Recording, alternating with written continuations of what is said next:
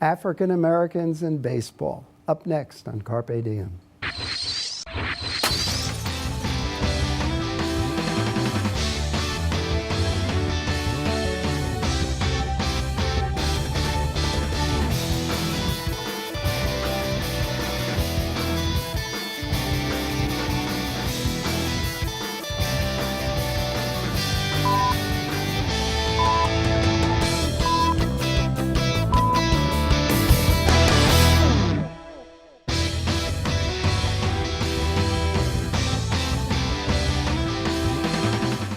Hello and welcome to Carpe Diem. I'm Larry Londino.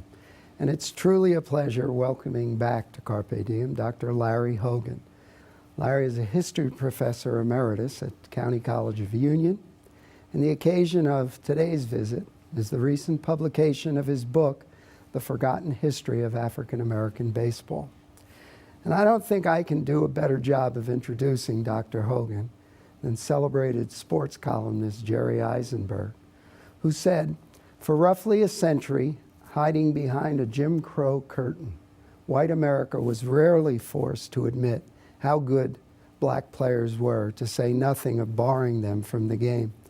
But a scholar who loved baseball did more in his way than Branch Rickey to make this country see the truth and learn how insignificant skin color is when sorting the mundane players from the heroes. His name is Larry Hogan, and his body of work deserves a place next to Jackie Robinson and Larry Doby when it comes to telling America's real baseball history. This book is the latest in a magnificent effort to educate America in lessons it needs to learn." Now, in the interest of full disclosure, Dr. Hogan and I have been associated in a number of projects, both on and off the golf course. He served as historical consultant for a documentary I produced about the Shady Rest Golf Club in Scotch Plains, a historical landmark that is in some peril right now. And I hope maybe we can touch upon it a little bit later. But first, welcome, Larry, back to our studios. Nice to be here again, yeah. Let's start talking. Could you talk a little about what's the significance of this? The historical significance of blacks in baseball. It's a game. Why is it so important? Well, it is a game that we grew up with, that we love very much. And it was a game for the black players who played it across the long expanse of time that this piece of history covers. We go all the way back to slavery times with the story, which surprises a lot of people. We come down through the period of Jim Crow, when segregation came into place in American society in such extensive sorts of ways. And we watch ball players putting themselves out onto the field of play everywhere across this country, in major league stadiums and tiny little ballparks in the hinterland, in the South, in the North, everywhere across this time period, in proud sorts of ways, at a time when blacks were not supposed to be in public in that kind of fashion. And I think my friend and colleague Clement Price puts it very well. He works his way into the forgotten history of African American baseball when he says to us, the civil rights movement was many things. We always go to the big people, the ones that are best known, the Dr. Kings, the Whitney Youngs, and people of that sort.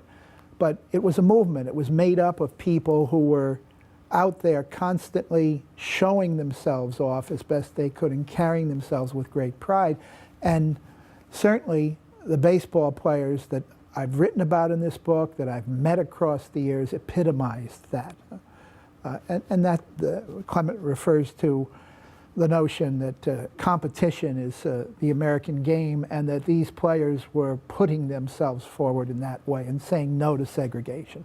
I know when you teach this, you make connections with the history of racial relations in America to baseball. Talk a little bit about some of the key moments and how they connect between the development of baseball and the history of this racial relations. Well, most people would automatically go to Jackie in 1947. I remember my friend Mal Good, a wonderful black newsman who worked for the Pittsburgh Courier for many years, in Yankee Stadium where we interviewed him, saying that there was nothing like seeing that black person, that black body out where he had never been allowed to be before. Bob Peterson, who writes a wonderful book, Only the Ball Was White, would compare Jackie to, and the breakthrough, to Brown versus Board of Education, you know, a significant impact on the public mind. And that's true. But you can take the story back well before Jackie, back into specific places and specific scenes where the edifice of segregation was being challenged, as I said previously, just by the players being the players and baseball being baseball. Yesterday I talked extensively about Atlantic City and how the emergence there of a very great team in 1916, the Atlantic City Bacharach Giants, connects into what I argue is the most important moment in the history of blacks in the 20th century, which is the Great Migration, the movement of, you know, such significant numbers out of the South into the North. And that's what that baseball story was about. I frequently in my comments connect the baseball scene of the 1890s to the challenge that it presented and the thwarting, if you will, of the significance of that baseball by the Supreme Court decision in 1896, Plessy versus Ferguson, that breaks down what had been an integrated game into a game that no longer can be integrated, just confirming what had been going on in society up to that point in time. So that's just a touch-up, I think. Most of us think of Jackie Robinson as having broken the color line in professional or organized baseball. We learned yesterday that wasn't really the case. Could you talk a little bit about early blacks that participated in the sport before Robinson? Well, actually, the before, as I mentioned previously, goes back to slavery times, if you want to carry it back to when in the 1930s the WPA interviews unearthed testimony from upwards of 35 or 40 or 45 blacks at least, and probably more, talking about having played the game at its inception in the 1840s and the 1850s on plantations in the South. That surprises a lot of people, but it shouldn't, you know, because we sometimes narrow our vision down of what we expect to find back there, and then we're shocked when the reality comes forward. It's just a natural thing, and they talk about it in natural sorts of ways. I similarly felt when I was doing some research on the history of blacks in golf, I was absolutely shocked to find out that blacks were playing golf before the turn of the century, the turn of the 20th century, similarly. It really is a wake-up call, isn't it? Yeah, yeah. But then into the 1870s and the 1880s, there's a host of black professional players playing on all levels of organized baseball, as they called it back then, professional baseball. Minor league teams as high as AAA, the International League team in Newark with Moses Fleetwood Walker and George Stovey, the story I told yesterday about that game in 1887 that epitomizes the movement of those players out of organized baseball as segregation begins to rear its head.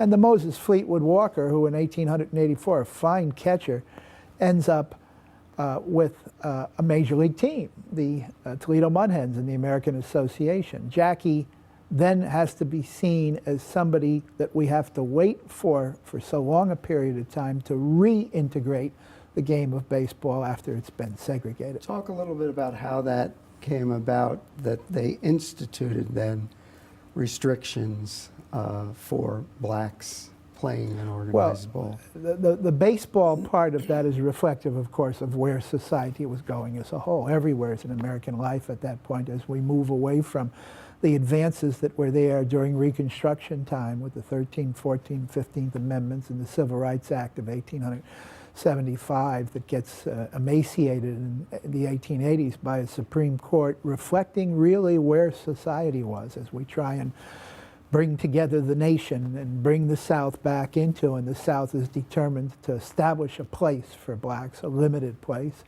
and that becomes the norm then through that time period, so that baseball is just really reflective of where the larger society is going. And the teams actually instituted, was it written down that blacks could not This is play? the famous gentleman's agreement that's referenced so often when we talk about Major League Baseball. Kind of intriguing, isn't it? Gentleman's agreement, you know, they, I guess, I would say it's a little bit of a misstatement of what gentlemen are supposed to be about. They were owners, and they were not going to challenge the norms of society, and whatever league you were in. The gentleman's agreement is generally referenced into the major leagues, but it was there throughout all the leagues in America. And whatever league you were in after, let's say, as a convenient cutoff point, about 1890 or so, there would be no blacks allowed into. The one place where we have it written down, where we can see it on paper, is this 1887 meeting. I think it's the 15th of July in 1887, immediately after the game in Newark, where segregation rears its head in a very explicit sort of way, eliminating Moses Fleetwood Walker and George Stovey from that game. The trustees of the International League actually write into the minutes of their meeting, no more contracts from colored players will be allowed in as legitimate, contracts. So that's the one time, as far as I know, where you actually see it in print. But it didn't matter. It didn't need to be in print. It was there because they wanted it to be there and would continue to be there until in 1945, December of 45, Jackie is signed by Branch Rickey. Incidentally, that Branch Rickey reference that my friend Eisenberg puts out there is a bit over the top, I think. Au contraire. Talk some about your methods of rounding up this information. If you could give us a little bit of your background as to how you became interested in this, and then in particular, the incredible amount of research that you did into black newspapers, which I found so fascinating, and also how challenging it must have been with the old microfiche. Indeed it was. As opposed to now. Yeah. Where now with is... the database is up now, it's so much easier to find this material. Well, the title of the book is The Forgotten History of African American Baseball. And to a considerable degree, it applies not just to baseball, but to so much other history that one can find in the black papers. There's nothing like the black press for finding the story of African Americans. A press that, well, it goes all the way back to the 1820s. The first press is 1820, our first newspaper is 1827, Freedom's Journal in New York City. But the press that I'm dealing with for this particular story is a press that starts to come into being in 1905, well, the Baltimore Afro-American precedes the Defender, but let's say the Defender in 1905. A national paper, a paper that circulates by 1910, probably at that point 100,000 or so, and a height of circulation about 200,000 or even more, with a readership that goes well beyond that because numerous people are reading one single issue of the paper. And it's just filled with the history of baseball. When I am doing my dissertation, a black national news service, the Associated Negro Press, which was a black version of AP and UPI, I'm having to get into the papers. I'm not doing baseball history. I'm doing a history of a news gathering agency. But since baseball is so deep inside of me, I always say, the line I like, I started to love it when I was in my mother's womb. I'm turning to the sports pages, and I'm finding people that I knew nothing about, and good sports writers, really good sports writers. I grew up on good sports writers, people like Jimmy Cannon and Red Smith and that whole coterie of people in the late 40s and through the 50s and into the early 60s who were just master writers. And I found their comparable writers in the black press. A fellow named Rollo Wilson, who wrote for many years for the Philadelphia Inquirer and for the Pittsburgh Courier, and The more famous ones, Jackie's Riders is they're frequently referenced, Sam Lacey and people of that sort. And they were effectively kept out of mainstream press. Yes, yeah, there was no room. There was no room in the inn for them either, in the press inn. Yeah, my dear friend Al White, who I became very close to during the last 10 years of his life, and I recollect finding in the archives out in Chicago, the Chicago Historical Society, letters that Al had written to the head of the ANP, Claude Barnett, asking him to intercede with the Yankees to get press passes to get into the games at Yankee Stadium, and finding, great difficulty in doing that. The Congressional Press Gallery was closed off until the early 1940s to black reporters. So they had to find ways to get around that. But the papers themselves are just, you could spend the rest of your life researching into those papers and never possibly exhaust the topics that are there to be covered. Odd little things that pop up here and there, and just wonderful things. Yeah. It was effectively the separate but equal concept spurred what became the Black Leagues. Talk a little bit about the Black Leagues themselves and how good were they in terms of the level of competition versus organized baseball at the time? There were two periods of league ball. The first of them, of course, in 1920, when the Negro National League comes into being, founded by Rube Foster, and then in 1923, the Eastern Colored League, so that we had two leagues through the 1920s. Depression time pretty much knocks them down economically, but then the league structure comes back about 1933, 34, 35 with incredible character named Gus Greenlee out in Pittsburgh, and several other people, Abe and Effa Manley in Newark, and a host of others coming forward with teams that are going to look to be in a league structure. And that lasts through, well, let's say 1948, basically. The integration, of course, of Major League Baseball puts the skids to that. As to the quality of play in these leagues, people will say, well, they aren't on the same level as the major leagues. Well, time out. Look at the first generation of great black players who come into the major leagues. The names are synonymous with greatness. Mays, Irvin, Campanella, Newcomb, Robinson. Well, there were comparable people with different names back in the 1920s. Oscar Charleston was as great as Willie Mays.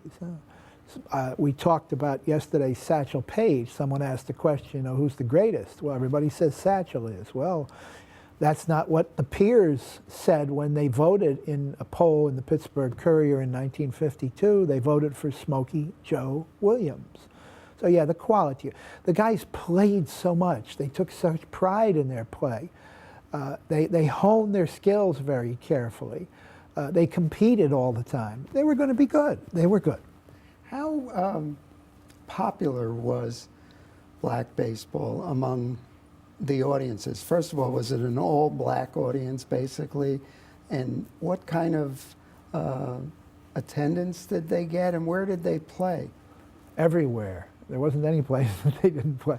I had an exhibit back in the 1990s that traveled around the country, and everywhere that I took the exhibit, I would have no problem, from Houston, Texas, to Cooperstown, New York, to Pomona, New Jersey, digging into the local history in local newspapers and finding accounts of games. They were games outside of the league structure. They were barnstorming games. They played, 200 of those every year and 70 or 80 games in league play. And it was, a structure that was just amorphous and went everywhere, so that the baseball is just found so extensively. Yeah. And attendance? Attendance. Well, crowds, local folks came out. Did they make money? Well, yeah, the teams did make money. Yeah, the teams made money. They were profitable enterprises. in the 1920s for that league period. It was always, they didn't make the bucks that you might make on the major league level, but they were profitable enterprises through the 1920s, particularly when the leagues were in place. And then again, into the 1930s and 1940s, there was money to be made by smart business people running those teams. The kinds of crowds, it depends on where you are. When you sit yourself down in a major league stadium like Yankee Stadium, where the teams played from 1930 down through 1948, you might have crowds of 25, 30,000 on a given day. Out in Chicago, Comiskey Park, where the All-Star game is played, they've recorded as high as 50,000 people attending that particular game, which became a major event in Black America. If you're beating the Bushes here in Jersey, down in Belmar, well, whatever the local stadium is going to seat, that's what it's going to be.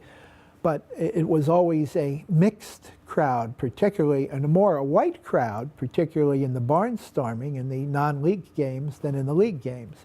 In the league games, the estimates that we have is that it leans towards a more heavily black audience as opposed to a white audience. I know a lot of people aren't aware of the fact that the black leagues played in major league stadiums, in particular in Yankee Stadium. Talk a little bit about the significance of that. You get me going on that, and I'm going to take up more time than you've got to give to the subject this morning. 1930, July the 5th, 1930 is the first time that two black teams play in Yankee Stadium. The stadium was donated to the cause of the Brotherhood of Sleeping Car Porters, which was the union that A. Philip Randolph was organizing at the time. The stadium is only 7 years old at that point in time. It's a wonderful day. The union clears something like $3,500 from receipts, which is pretty significant. The estimates are about 20,000 or so showed up that day. And from that point forward, through 1948 and even beyond, they're regularly appearing at Yankee Stadium, these black teams squaring off against each other. The significance of that is manyfold. One piece of the significance of it is, again, showing off in a major arena this talent and waking up the owners. I remember my friend St. Clair Bourne, the black newsman, who attended a lot of these games at Yankee Stadium between the black teams. St. Clair, in an interview we did with him for a documentary, saying, the owners had to learn, and Ricky learned it first, that the colors that didn't count were black and white, that the color that did count was green. And you could see the fans coming out, and it woke the owners up too. These were also salvation days because of the good receipts for struggling Negro League teams through Depression times. I'm getting some cues that we're coming to the end here. A couple of things I wanted to touch on. One, John Pop Lloyd, real quickly, what's the significance of him as a ball player and also the Atlantic City effort that you've been involved with? John Henry Pop Lloyd is arguably the greatest baseball player in the history of the game. I don't say that just off the top of my head. I say that off of testimony from a lot of people who saw him play. Shortstop, I understand. Shortstop, great shortstop, rangy, long arms, could scoop those balls up, good arm, great hitter. He had all the skills that, you... Good-looking man, too. He was a good-looking man. Yes, he was, yeah. Yeah, and the team that he managed for a while in the 19-teens and 1920s, the Atlantic City Bacharach Giants, from a baseball point of view, is a very important team. It's a team that was a founding member of the second of the two Negro Leagues, the Eastern Colored League. It was a team that played twice in the Negro League World Series, 1926 and 1927. It was a team filled with great players that made an impact not only in Atlantic City in terms of baseball consciousness, but obviously more widely as it traveled across the country. And the stadium that you were working on trying to get renovated, or? Well, the stadium that I've been involved with recently is over in Patterson, Hinchcliffe Stadium in Patterson, where a significant number of these black teams played extensively. The stadium was built in 1933, opened 1933, 1934. The New York Cubans played there extensively. The New York Black Yankees played there extensively. They were second home fields for those two teams.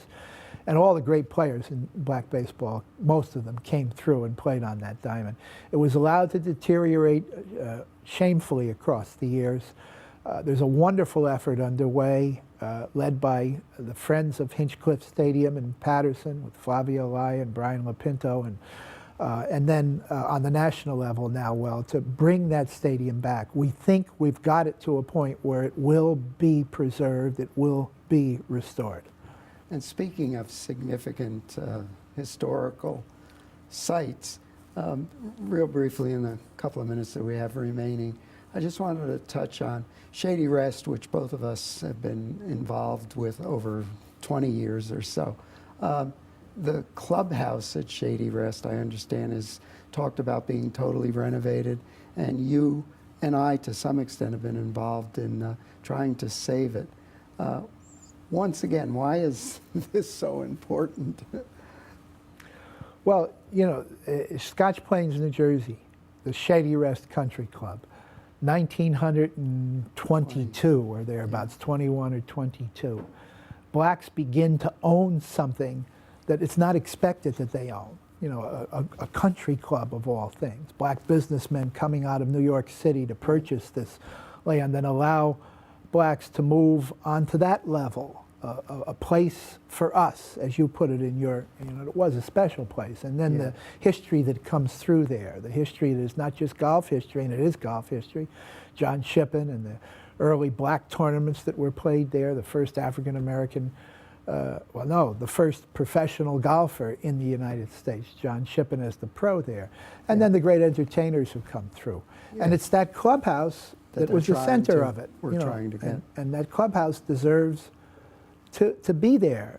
And again, there's allowed to be deterioration across the years in a shameful sort of way. So I hope we can be successful. I'm clipped. I knew this was going to happen. We'll have to have you back on, and we'll we'll talk more. If you'd like more information about Larry Hogan, you can visit his Facebook page, www.facebook.com, Larry Hogan. For more information about Carpe Diem, you can write us at the email address on your screen, or you can call us at 655-5158 for Carpe Diem.